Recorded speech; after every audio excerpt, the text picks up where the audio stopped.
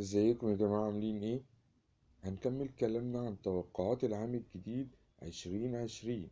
يا رب يجعله عام سعيد علينا كلنا يا رب. وهنتكلم النهاردة عن برج الحوت المائي. بس قبل ما نتكلم لازم نعرف ان توقعاتنا ليست معرفة بالغيب. الغيب لا يعلمه الا الله.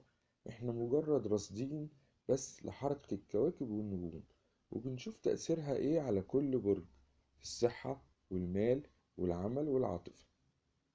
يا ريت لو عجبكم الفيديو تعملوا له لايك وشير، ويا ريت تشتركوا في القناة علشان تدعمونا. برج الحوت المائي بيبدأ من 19 فبراير ل20 مارس، وهو من الأبراج الرومانسية الحالمة. وبيكونوا مبدعين جدا أصحاب البرج ده.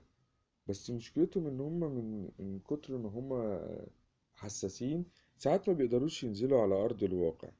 إنما هم عندهم نكران ذات جامد جدا، مثاليين جدا، وده اللي بيخلي أصدقائهم يحبوا يقربوا منهم وما يقدروش يستغنوا عنهم أبدا. وفي نظرة عامة على توقعات السنة الجديدة هنلاقي إن السنة دي هتكون بتدور على مزيد من الحركة والمغامرة في حياتك، وده هيخليك تشعر إنك أكتر اندفاعا وثقة واستقلالية عن كل السنين اللي فاتت. بس ده برضه هيخليك أكتر واقعية وتفهم العالم من حولك كويس جدا، وإنك هتحقق نوع من التغيير في شخصيتك. ده عام جيد جدا بالنسبة لبرج الحوت. هنتكلم بقى بالتفصيل عن توقعات الحب والعاطفة. علاقتك العاطفية في السنة الجديدة لو انت مرتبط هتكون جيدة جدا. هتتحسن مع الشريك وهتصبح أكتر حلاوة، وهتكون فيها روح المداعبة وخفة الدم، وهتكون حياة سعيدة جدا جدا على مستوى العاطفي. وبالنسبة لحياتك الاجتماعية انت هتتعرف على أصدقاء جدد، وهتكون علاقتك بعيلتك علاقة كويسة برضه. أما إذا كنت عازب فأنت السنة دي هتقابل حب جديد، لأن السنة مناسبة جدا جدا جدا ليك، وحياتك العاطفية هتبقى أكتر بهجة، واحتمال كبير ترتبط السنة دي إن شاء الله، ونتمنى لك السعادة. بالنسبة للعمل حاول تستخدم مهارتك وموهبتك الطبيعية في العمل علشان تبقى متميز.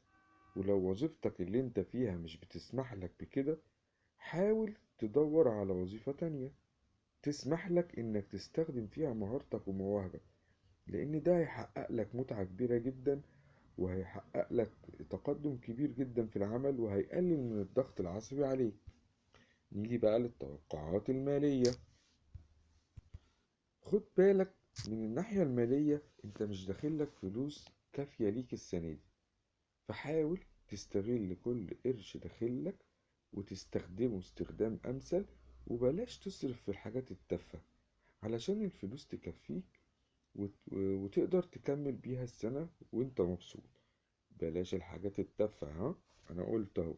بالنسبة بقى للصحة، انت مشكلتك انك انت متمسك ببعض العادات السيئة اللي بتأثر في حياتك. حاول تبطل العادات دي، وخليك واثق في نفسك انك انت هتقدر تبطلها. ولازم تمارس رياضة علشان تحافظ على صحتك، وتكون واثق انك هتقدر توصل بصحتك لأمثل حل. نيجي بقى لتوقعات أعياد الميلاد. هتحس بملل كبير قوي لو انت مش عايش ببساطة. اللي هيعيش بتكبر هيحس بشيء كبير قوي من الملل. اما اللي هيعيش اموره ببساطة وما يشيلش هم لأي حاجة هيكون بالنسبة له العام الجديد عام مميز ومثير جدا. الخلاصة أو النصيحة بتاعتنا: ما تحاولش تخفي شخصيتك الحقيقية فده مش هيفيدك السنة دي. وما تخافش أبدا إنك تكون أنت، هو أنت. وتصرف بدوافعك اللي جواك، متخليش حاجة خارجية تدفعك. وحاول تلبي رغباتك الشخصية، وتكون دايما مع الأشخاص اللي بيهتموا بيك، وسيبك من اللي هم مش بيهتموا بيك. الأبراج مع أيمن.